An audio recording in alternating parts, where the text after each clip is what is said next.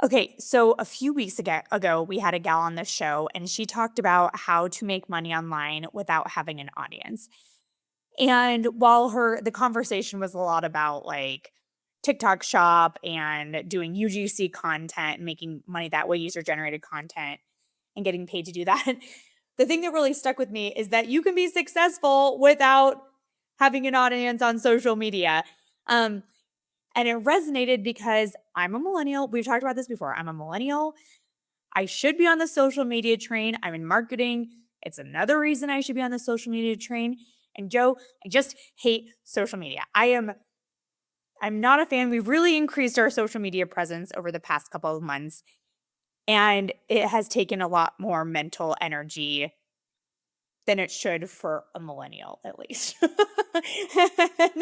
And so I just want people to know you're not alone if you are running your own business and you don't want to jump on the social media train. I get it. I am right there with you. So, while I think it is important in certain areas, again, we are dialing in our social media strategy and we're really moving forward with it. I do think people need to know that it's possible to grow a business without being the next social media sensation. And I am so relieved to learn that I don't have to get like selfies next to a buffalo or take a picture of me at the edge of a big giant cliff and all these things that people are doing on social media to get attention. So Yeah. I'm comforted. And I think Thank you. a lot of people, oh, sorry, go ahead.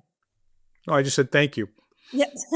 Well, I feel like a lot of people leaving corporate to go out on their own, they're being told from all different directions that you need to become a full-time content creator.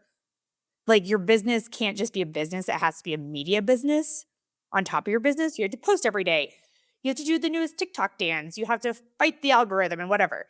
Um, but if you're like us and you hate social media, there are ways to do lead gen. And I think the easiest ways to do that are through relationships and like real relationships and human connection, which that is my love language.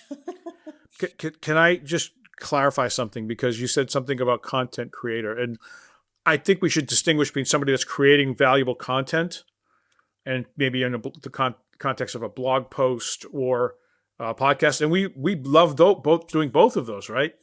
And then the distinction of then becoming the person that promotes all that material on social media, as opposed to maybe some other way, like you're talking about here, Carly, that Yes.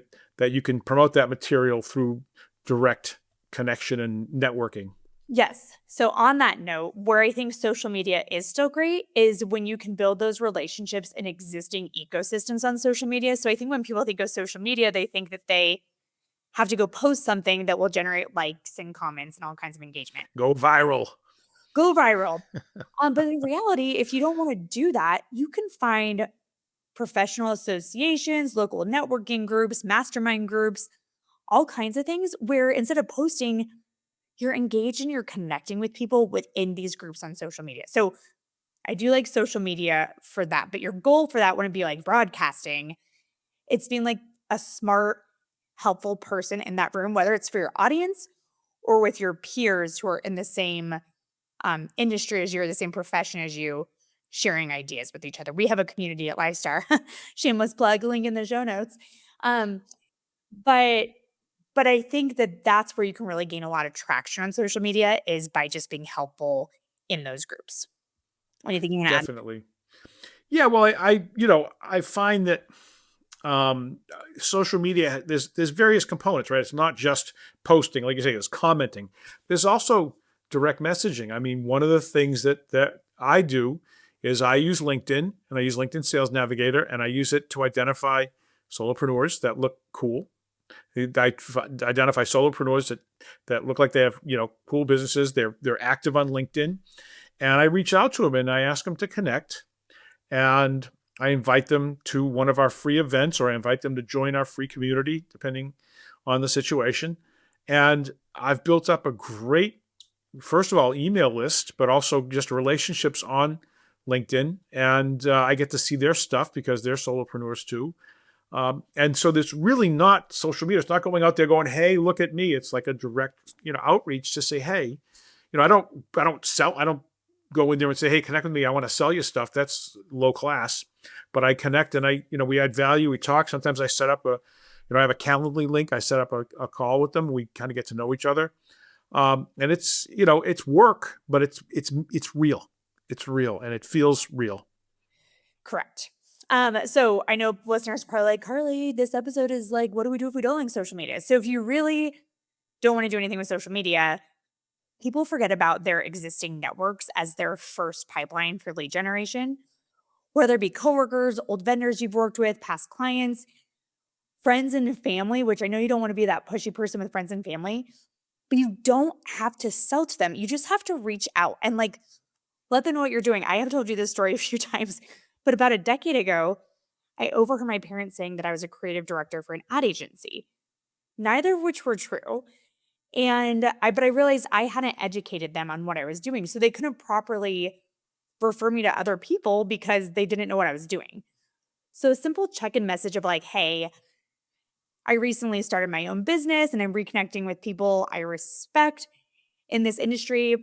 Just want to reach out and let you know if you know of anybody who needs my help, just let me know. I'd love the introduction. So you're not selling to that person.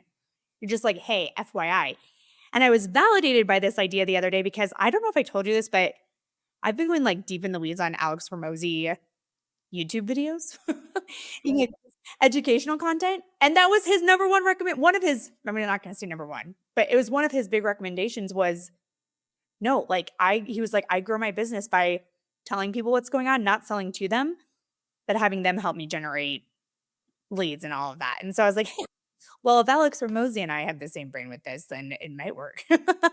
Not my work. It does work. So that's a big way to get referrals, lead gen, if you don't want to do social media. In addition to reaching out to your pre-existing contacts, your network and everything, another way to get leads when you're not on social media is to kind of like borrow from another person's audience. So whether you're guesting on a podcast or being a guest speaker on a webinar that people have you on, or you're writing guest articles for big publications or doing PR, those are other ways you can build trust and get attention without social media. Granted, you can amplify that by promoting it on social media, but it is a way to tap into other people's audiences when you don't want to promote it yourself on your social channels. It's a great way to expand among your past your current audience.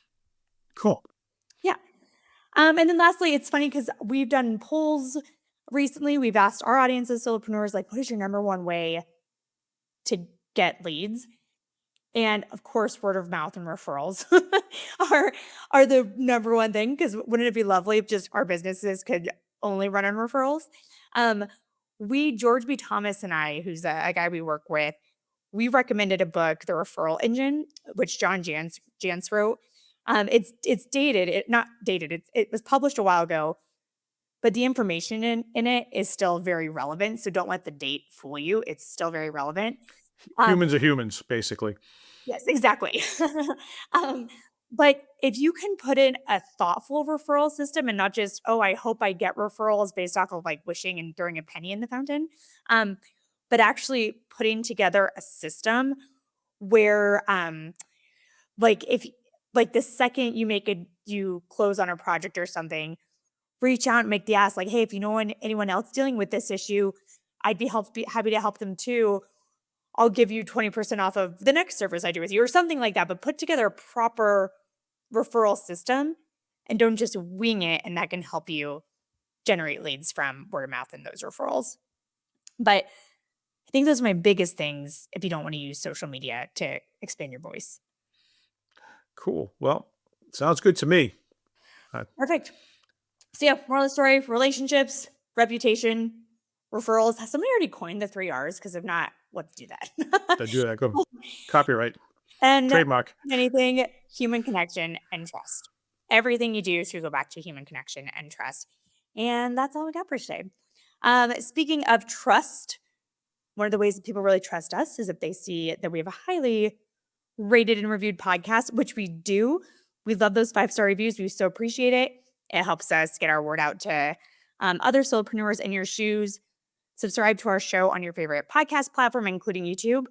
and share this episode with a friend. And we'll see you next time on the Aspiring Solopreneur.